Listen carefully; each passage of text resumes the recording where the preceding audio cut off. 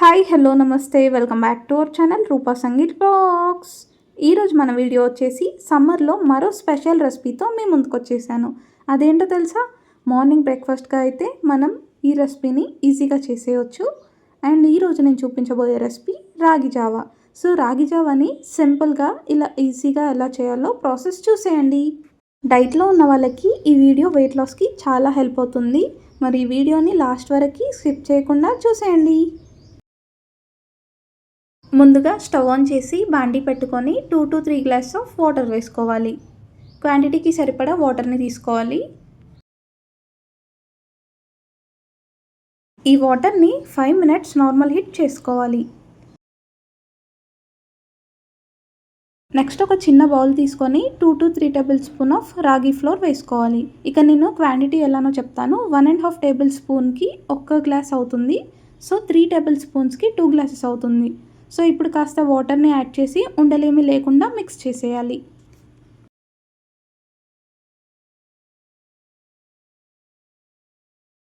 చూడండి, ఇక్కడ నేను చూపించిన విధంగా ఉండలేమి లేకుండా ఇలా ప్రాపర్గా మిక్స్ చేసేయాలి.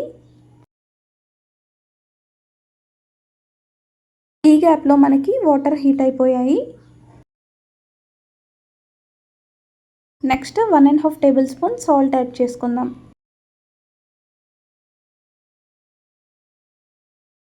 ఇప్పుడు ఒక 2 minutes వాటర్ని హై ఫ్లేమ్లో మరిగించుకోవాలి. నెక్స్ట్ మనం ముందుగా కలిపి పెట్టుకున్న రాగి ఫ్లోర్ని ఇప్పుడు ఈ హీట్ వాటర్లో వేసేయాలి. రాగి జావాని హాట్ వాటర్లో మిక్స్ చేసిన వెంటనే స్పూన్తో మిక్స్ చేయాలి, లేదంటే మనకి ఉండలు కట్టే ఛాన్సెస్ ఎక్కువగా ఉంటాయి. సో ఇలా వెంటనే ఒకసారి ప్రాపర్గా మిక్స్ చేసేయాలి. ఇప్పుడు లో టు మీడియం ఫ్లేమ్లో బాయిల్ అవ్వనివ్వాలి. మరోసారి బాగా మిక్స్ చేయాలి.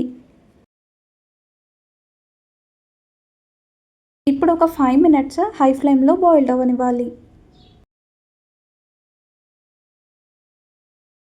5 minutes అయ్యాక ఒకసారి బాగా మిక్స్ చేసేయాలి. అంతే, మన ఎంతో టేస్టీగా ఉండే సింపుల్ అండ్ హెల్తీ రెసిపీ రాగి జావా రెడీ అయిపోయినట్టే. మీరు కూడా ఒకసారి తప్పకుండా ట్రై చేసి ఎలా ఉందో కామెంట్ చేయండి. అండ్ ఈ రాగి జావా రెసిపీని ఇంకో ప్రాసెస్లో కూడా చేస్తారు. నేనైతే చాలా హెల్తీగా ఈ స్టైల్లో చూపించాను. అండ్ ఇంకో ప్రాసెస్ ఏంటి అంటే ఈ ప్లేస్లో మనం షుగర్ని కానీ జాగరీ కానీ యాడ్ చేయాలి.